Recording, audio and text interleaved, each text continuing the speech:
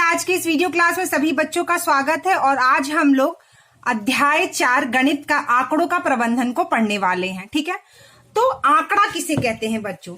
तो इसमें हमें औसत, परिसर, आंकड़ा के बारे में हमें जानकारी प्राप्त करनी है और इससे दिए गए प्रश्नों को हमें हल करना गया। तो जैसे कभी कोई हमें क्या करना होता है बच्चों, जैसे किसी चीज के बारे में जब हमें पता करना होता है तो हम किसी चीज को एक जगह, दिए गए हुए डाटा को एक जगह, आंकड़ा को संकलित करते हैं, एक जगह हम आंकड़ा का संग्रह करते हैं और उसके बाद उस आंकड़े के आधार पे हम उसका औसत निकालते हैं। ठीक है, तो आंकड़ा क्या होता है बच्चों? आंकड़ा जो होता है वह विभिन्न प्रकार की सूचनाएं होती हैं। क्या होता है आंकड़ा में बच्चों? आंकड़ा जो होती है उनमें विभिन्न प्रकार की सूचनाएं होती हैं। ठीक है, क्या होती हैं उसमें? विभिन्न प्रकार की सूचनाएं होती हैं। तो आंकड़ों के आधार पर हम उसका औसत निकालते हैं। तो औसत किसे कहते हैं? देखिए, 2 या 2 से अधिक सजातीय राशियों के जोड़ को उन राशियों की संख्या से भाग करने पर प्राप्त भागफल उन राशियों का औसत कहलाता है। ठीक है, तो जैसे 2, 6, 3, 4, 5 यह राशियां हो गई। और सजातीय का मतलब क्या होता है बच्चों? सजातीय का मतलब होता है एक जैसी, जिसकी जाति एक जैसी हो। ठीक है, तो सजातीय राशि दी गई रहती है और हम उनको जोड़ लेते हैं। ठीक है, जोड़ने के बाद हम उनसे उन राशियों की कितनी संख्या है, जैसे जब हमें इसे जोड़ा तो यह 20 आया, लेकिन इन राशियों की संख्या क्या है? 1, 2, 3, 4, 5। तो यहाँ राशियों की संख्या 5 है। ठीक है, तो राशियों का जोड़ यहाँ पे जब हम इसे जोड़ते हैं तो 20 होता है और राशियों की संख्या 5 है। तो औसत क्या हो जाएगा बच्चों? औसत का जो सूत्र होगा, राशियों का जोड़ उसमें भाग देंगे राशियों की संख्या से। तो राशियों का जोड़ 20 और उसमें भाग दिया 5 से और यह आ गया 4। तो आपका औसत क्या आ गया बच्चों? 4। तो इसे औसत कहते हैं। अब आती है बात, परिसर किसे कहते हैं? तो देखिए, परिसर की क्या परिभाषा होनी चाहिए? आंकड़ों के अधिकतम मान सबसे अधिक से आंकड़ों के न्यूनतम मान सबसे कम मान को घटाने पर परिसर ज्ञात होता है। अधिकतम मान का अर्थ होता है बच्चों जिसका मान सबसे ज्यादा हो, और न्यूनतम का अर्थ होता है सबसे कम हो। तो सबसे ज्यादा से सबसे कम मान को, वह मान कुछ भी हो सकता है, ठीक है, तो उस मान को हम जब घटाते हैं तो उसे परिसर कहते हैं। जैसे आंकड़ा आपके पास दिया गया है 1, 2, 3, 4, 5, 7, 9, 8, इस तरह से आपके पास आंकड़ा दिया गया। तो इसमें इस जो आंकड़े आपको दिए गए हैं उसमें जो सबसे अधिकतम मान वाली राशि कौन सी है? 9 है। ठीक है, कौन सी राशि है बच्चों? 9 है। और जो न्यूनतम मान जो है उसकी राशि क्या है? वो है 1 है। ठीक है, क्या है? 1 है।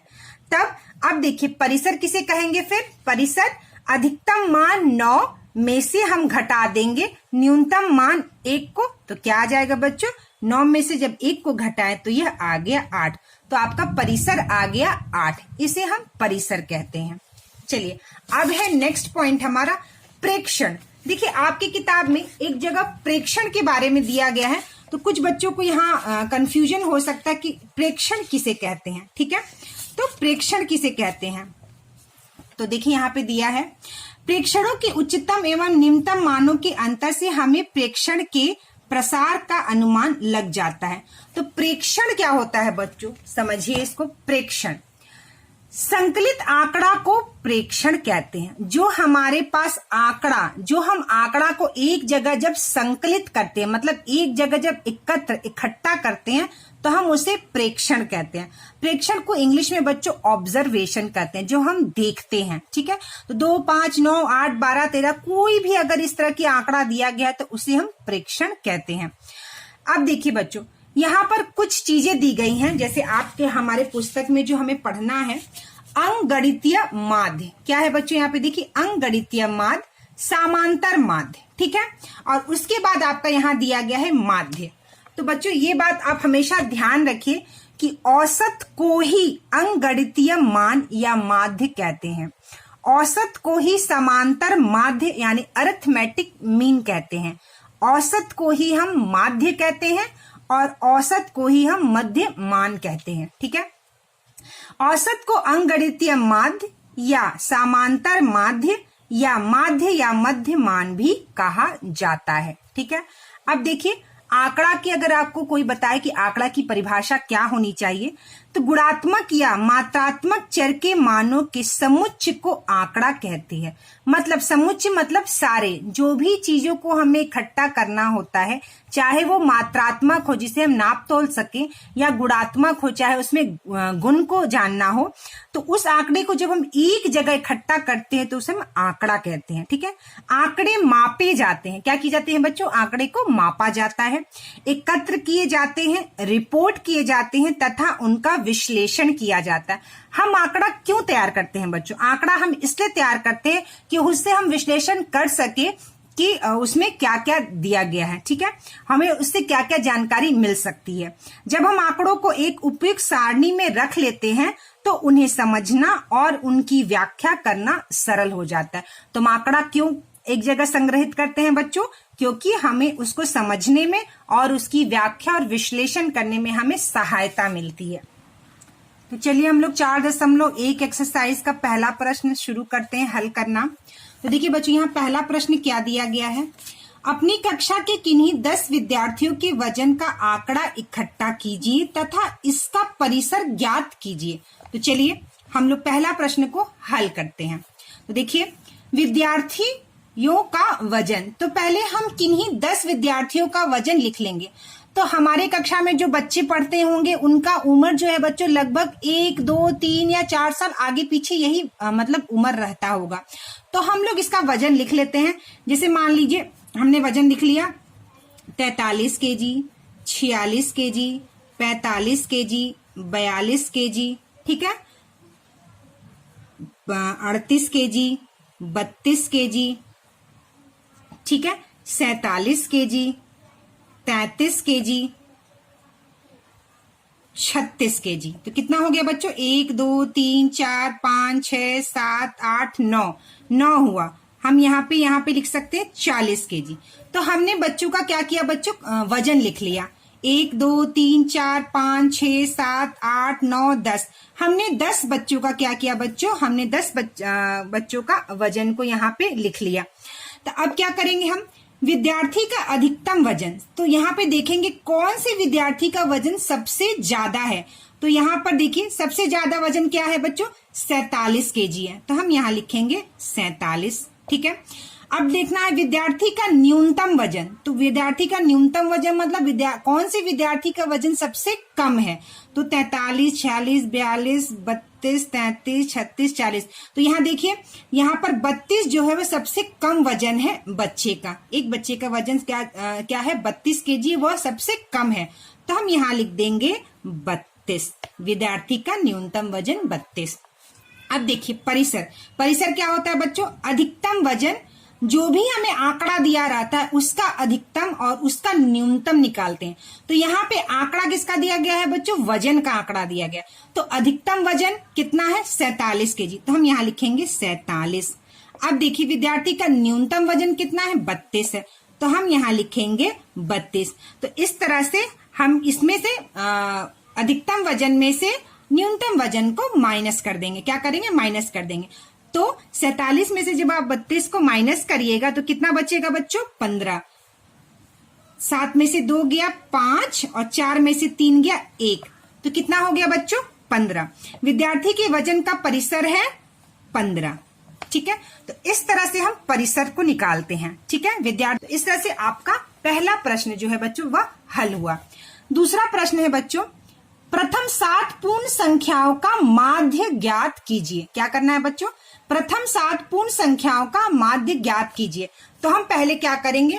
प्रथम 7 पूर्ण संख्या को लिखेंगे। क्या करेंगे बच्चों? प्रथम 7 पूर्ण संख्या को लिखेंगे। तो प्रथम 7 पूर्ण संख्या कौन कौन सी होती है बच्चों? सबसे पहली प्रथम संख्या जो पूर्ण होती है वह 0 होती है। 0, 1, 2, 3, 4, 5, 6, ठीक है। तो 1, 2, 3, 4, 5, 6, 7। तो प्रथम पूर्ण संख्या क्या हो गई बच्चों? 7 हो गई। कौन कौन सी 7 संख्या है? पूर्ण संख्या 1, 2, 3, 4, 5, 6, 7। इस तरह से हमने 7 प्रथम पूर्ण संख्याओं को लिख लिया। अब हमें इसका क्या करना है बच्चों? माध्य ज्ञात करना है। तो प्रथम 7 पूर्ण संख्या हमने लिख लिया, 0, 1, 2, 3, 4, 5, 6, और हमें क्या करेंगे, माध्य ज्ञात करेंगे। तो हमें माध्य लिखने के लिए क्या करना होगा, माध्य क्या होता है बच्चों, राशियों का जोड़ और राशियों की संख्या। ठीक है, क्या होता है बच्चों, माध्य राशियों का जोड़ बटे राशियों की संख्या, राशियों की संख्या। तो ये हमने लिख लिया माध्य। तो राशियों का जोड़ क्या होगा, हम राशियों का पहले जोड़ लिखेंगे माध्य करने के लिए। तो हम क्या करेंगे, 0 + 1 जोड़ 2 जोड़ 3 जोड़ 4 जोड़ 5 जोड़ 6। और राशियों की संख्या कितनी है बच्चों, 1, 2, 3, 4, 5, 6, 7। तो माध्य क्या हो जाएगा बच्चों, 6 में 5 जोड़े 11, 11 में 4 जोड़े 15, 15 में 3 जोड़े 18, 18 में 2 जोड़े 20 और 1 21। ठीक है, क्या हो गया बच्चों, 21, 6, 5,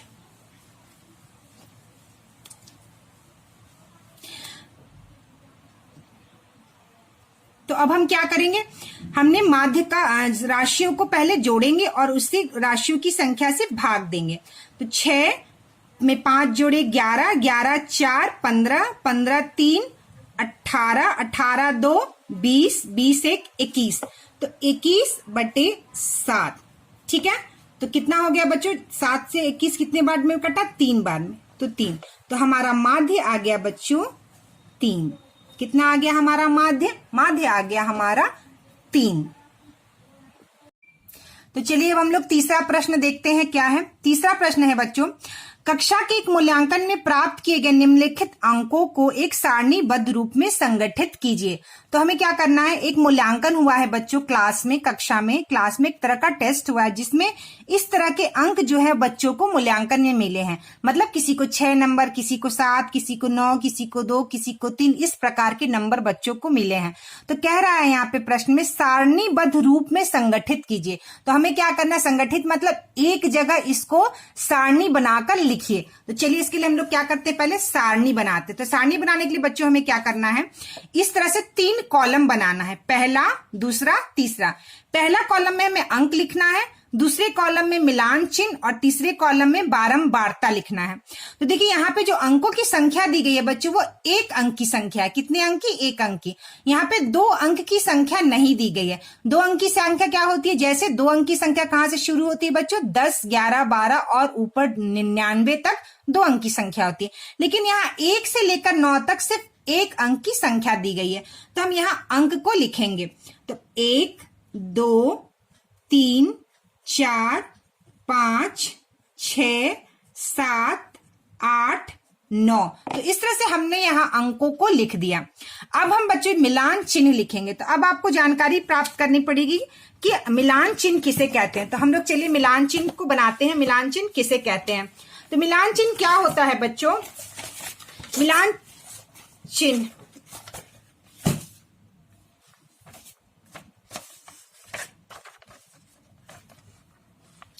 तो चलिए अब हम लोग इसका मिलान चिन्ह लिखते हैं। तो मिलान चिन्ह क्या होता है, इसको आप समझने का प्रयास कीजिए। जैसे यहाँ पर 1 अंक दिया गया है बच्चों, तो 1 अंक यहाँ पर हमें देखना है कि 1 अंक कितने बार है। तो चलिए देखते हैं हम लोग 1 अंक कितने बार है। यहाँ पर 1 अंक सिर्फ 1 बार दिया है, तो हम यहाँ पे 1 लिखेंगे। ठीक है, 1 लाइन खींचेंगे।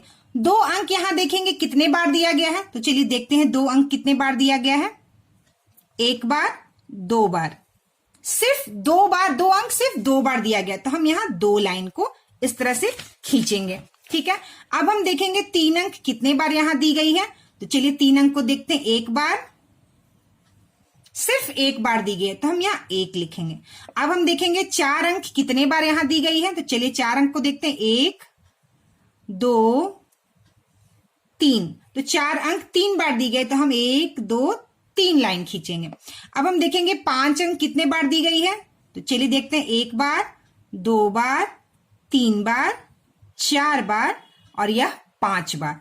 तो 5 अंक 5 बार दी गई है। तो 1, 2, 3, 4 और 5वां लाइन जो है बच्चों, इन चारों लाइन को काटते हुए इस तरह से हम 5 लिखेंगे। तो 5 का मिलान चिन्ह इस तरह से लिखा जाता है। अब आप सोचेंगे कि आगे के मिलान चिन्ह किस तरह से लिखे जाते हैं, तो मैं आपको बता देती हूँ क्योंकि आपको मिलान चिन्ह के बारे में अच्छी जानकारी हो जाएगी। जैसे 6 लिखना है तो 6 हम कैसे लिखेंगे, 1 2 3 4 5 6। 7 लिखना है 1 2 3 4 5 6 7।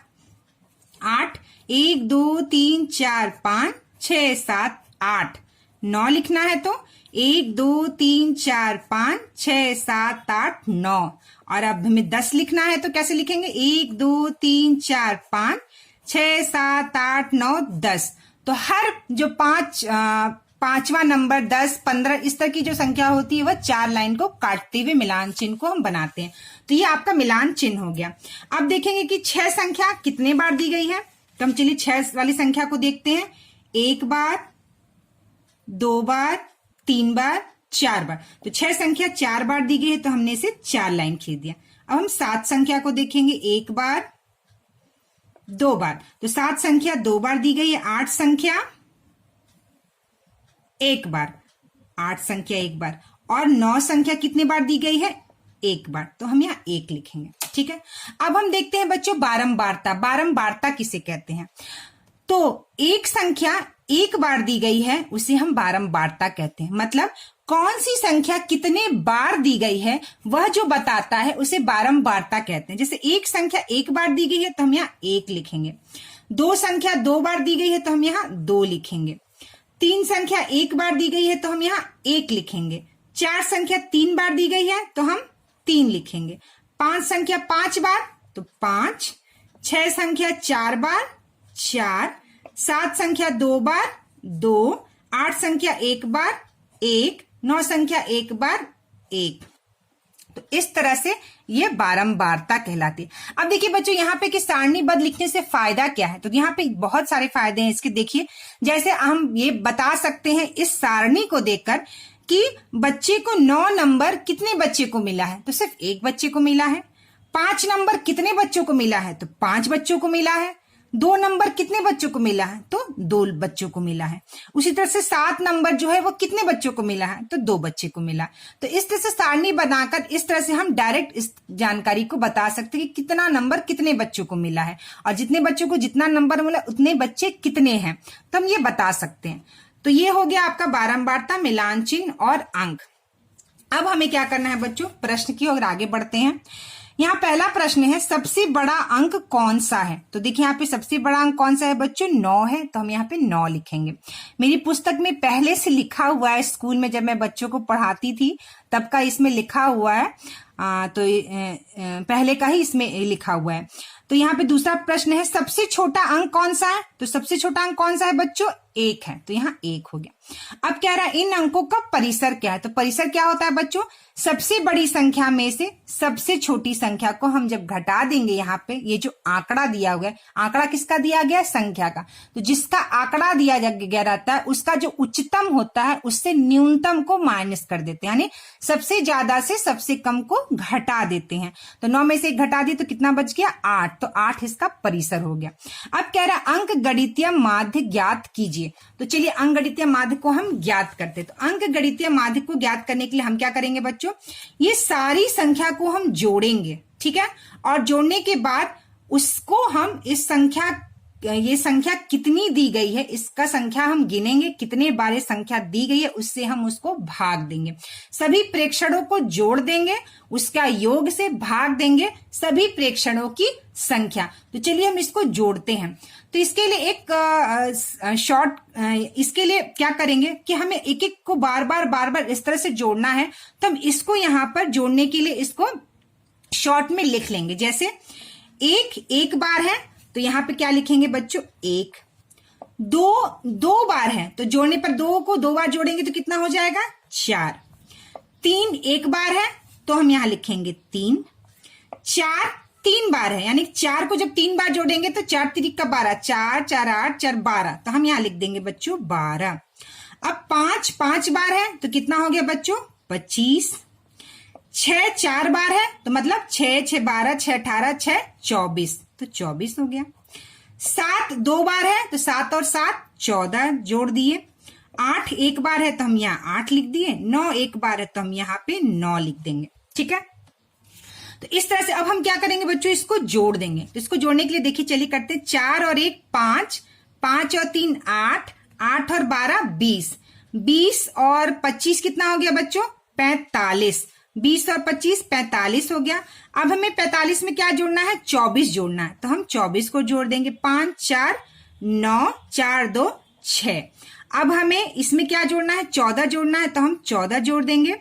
तो 9 10 11 12 13 का 3, 1 लगा हाथ में, 6 1 7 1 83। ठीक है, अब हम इसमें क्या जोड़ना है, 8। अब हम इसमें 8 जोड़ देंगे, तो क्या हो जाएगा बच्चों, 8 3 11 का 1 और 1 लगा हाथ में, 91। ठीक है, और फिर हमें 9 जोड़ना है, तो 91 में 9 जोड़े तो हो गया हमारा 100। तो देखिए बच्चों, ये जो हमने जोड़ लिया इस तरीके से, इसका करके, इसका गुना करके इसको हमने जोड़ लिया और ये 100 आ गया। अब हम इसको ऐसे भी जोड़ेंगे तो 100 आएगा, लेकिन इसको जोड़ेंगे तो हमें इसे जोड़ने में आसानी हो जाएगी, इसलिए हमने इसको ऐसे लिखा है। और इस तरह से लिखकर ही जोड़ना चाहिए, क्योंकि इस तरह से लिखने से क्या होता है, इस तरह की संख्या को जब लंबा जोड़ते हैं तो हो सकता है गलती से कोई छूट ना जाए, इसलिए हम इसको इस तरह से करके आसानी से जोड़ने के लिए इस तरह से जोड़ेंगे। तो सभी प्रेक्षणों को यहाँ पर जो भी संख्या दी गई, जब हम इसे जोड़ा तो क्या आया बच्चों, 100 आया, तो हमने लिखा 100। और 100 में हमें क्या भाग देना है, प्रेक्षणों की संख्या से। अब हमें देखना है कितनी संख्या यहाँ पे दी है, इसे हमें गिनती करना है।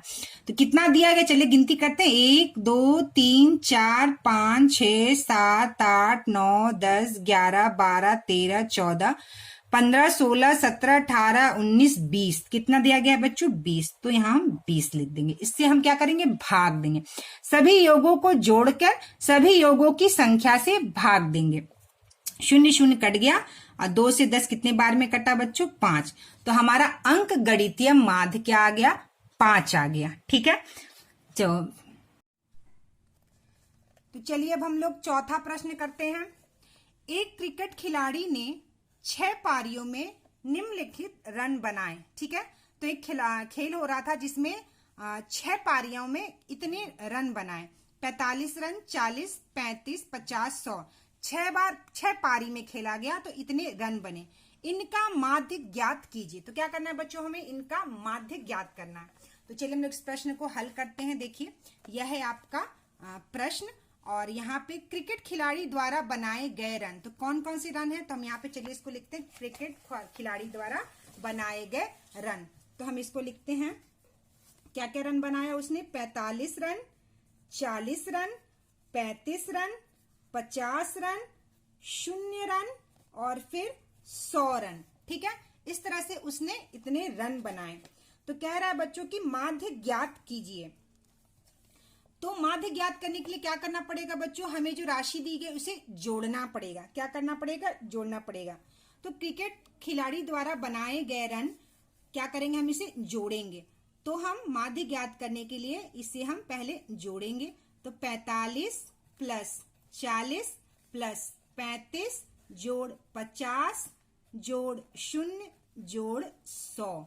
ठीक है, तो माध्य ज्ञात करने के लिए पहले हम राशियों को जोड़ते हैं और फिर हम राशियों की संख्या को जोड़कर लिखते हैं। तो कितनी संख्या राशि की दी गई है, 1 2 3 4 5 6, तो 6। ठीक है, तो माध्य बराबर क्या हो गया बच्चों, माध्य पहले हम इसको पूरे को जोड़ेंगे। तो 45 में 40 जोड़े 85, 85 में 35 जोड़े 120, 120 में 50 जोड़े तो 170, और 170 में 100 जोड़े तो 270। तो ये आ गया बच्चों आपका 270/6। तो हम 270 में 6 से भाग देंगे, तो 6 चक्का 24, 7 में से 4 गया 3 0 और 6 पचे 30। ठीक है, तो कितना आ गया बच्चों आपका उत्तर, 45। तो आपका माध्य हो गया बच्चों 45। ठीक है, तो क्या हो गया माध्य बच्चों, इन रन जो बनाए गए थे 6 पारियों में, उनका माध्य क्या हो गया, 45।